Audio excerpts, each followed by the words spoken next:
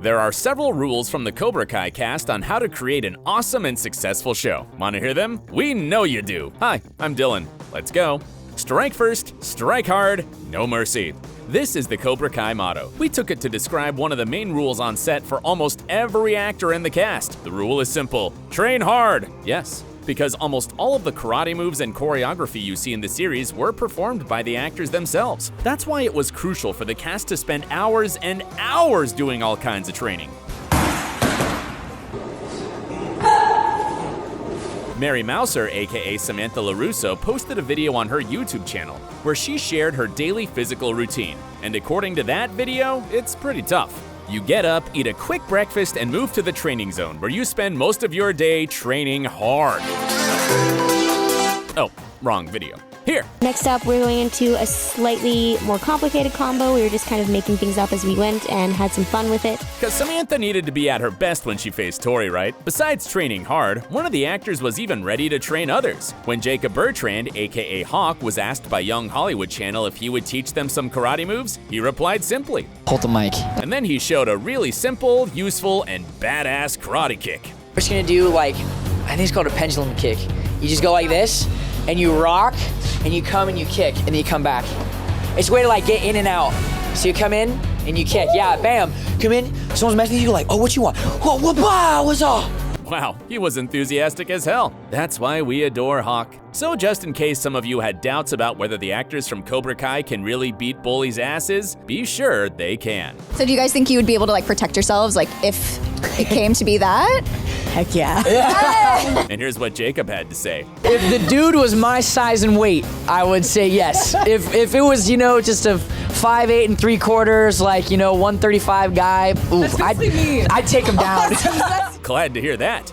Don't watch the Karate Kid movies. It may sound ridiculous, but this is actually pretty much what happened. Yes, folks, almost none of the young actors had watched the Karate Kid movies before they were cast to star in Cobra Kai. Don't believe us? Then listen to this video. What did you know about Karate Kid before you joined Cobra Kai?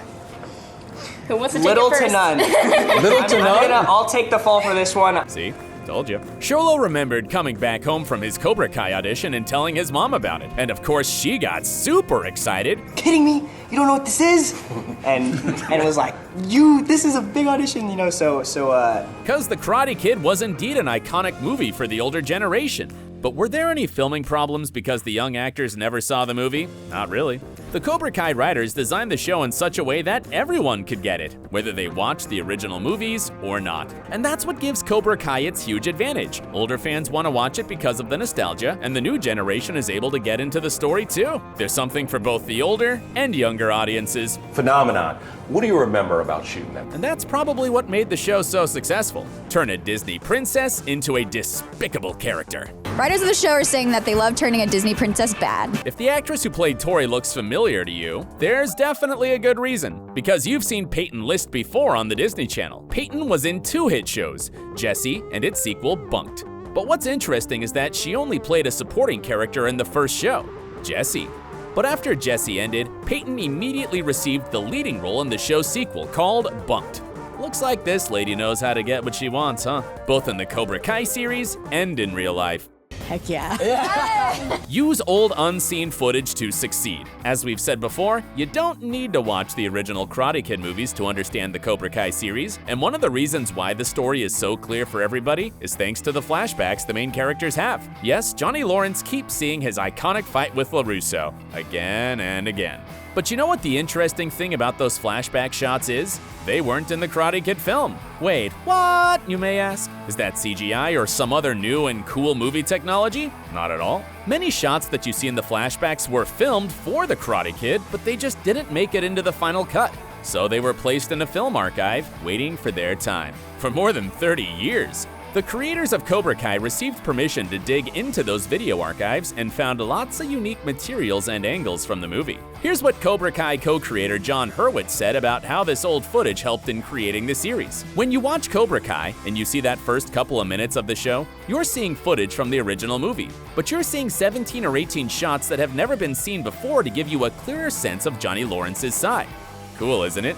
That's why it's a good idea to always keep your old footage. Become friends on set.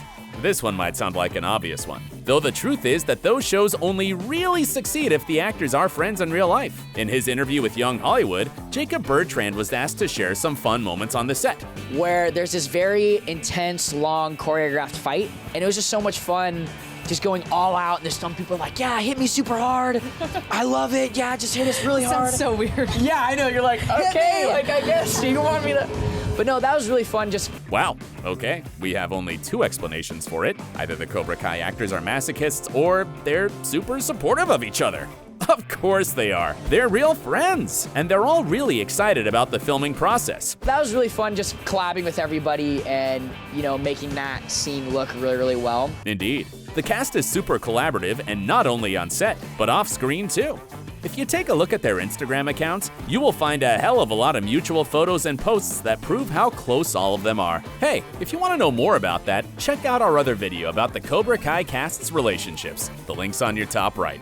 Keep the chemistry. It was very important for Zabka and Macchio to recreate the conflict from the 80s on the set of Cobra Kai, and that's probably why it took them so long to agree on this project. They wanted to make sure everything was just right. But Zabka and Macchio's worries ended as soon as they did their first Cobra Kai scene together. Hell, when the cameras were rolling, it was special, and then off the camera, the vibe behind the camera was something alive.